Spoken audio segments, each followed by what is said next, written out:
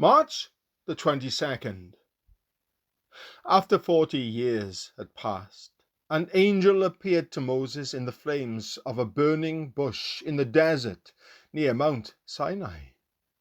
Then the Lord said to him, I have indeed seen the oppression of my people in Egypt. I have heard their groaning and have come down to set them free. Now, come, I will send you back to Egypt. Acts chapter 7, verse 30, verses 33 and 34.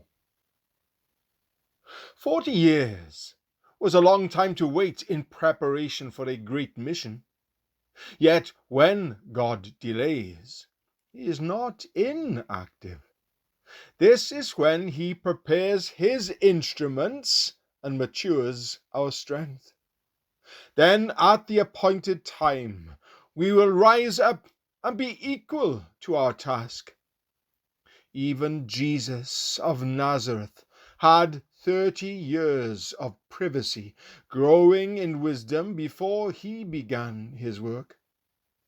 John Henry Jowett. God is never in a hurry.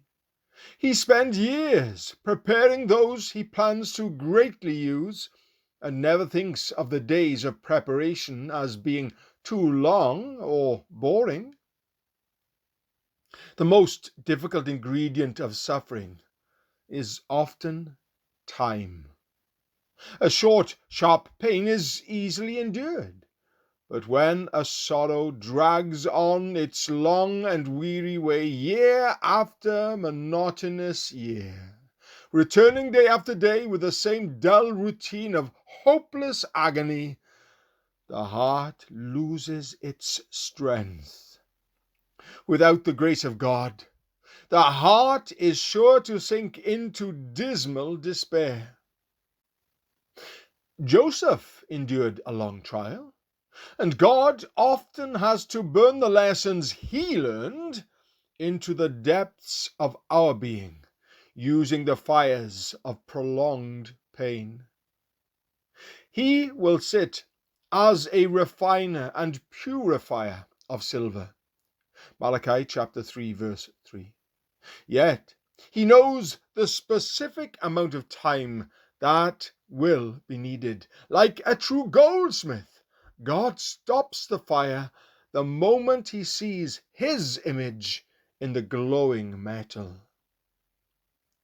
Today, we may be unable to see the final outcome of the beautiful plan that God has hidden in the shadow of his hand.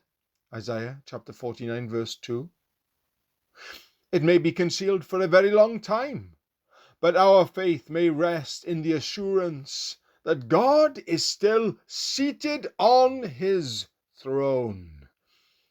Because of this assurance, we can calmly await the time when, in heavenly delight, we will say, all things have worked together for good.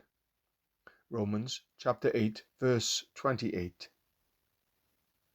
As Joseph did, we should be more careful to focus on learning all the lessons in the school of sorrow than to focus anxious eyes toward the time of our deliverance.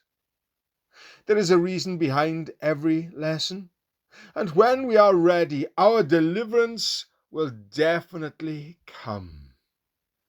Then we will know we could never have served in our place of higher service without having been taught the very things we learned during our ordeal.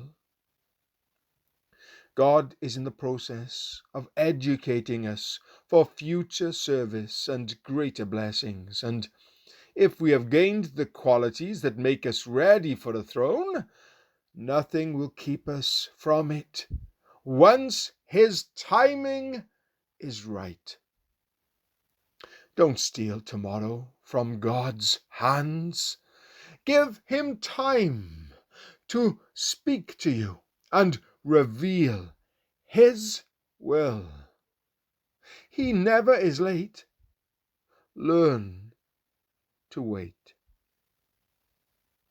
He never shows up late. He knows just what is best. Fret not yourself in vain until he comes. Just rest. Never run impulsively ahead of the Lord. Learn to await his timing. The second, minute, and hour hand must all point to the precise moment for action.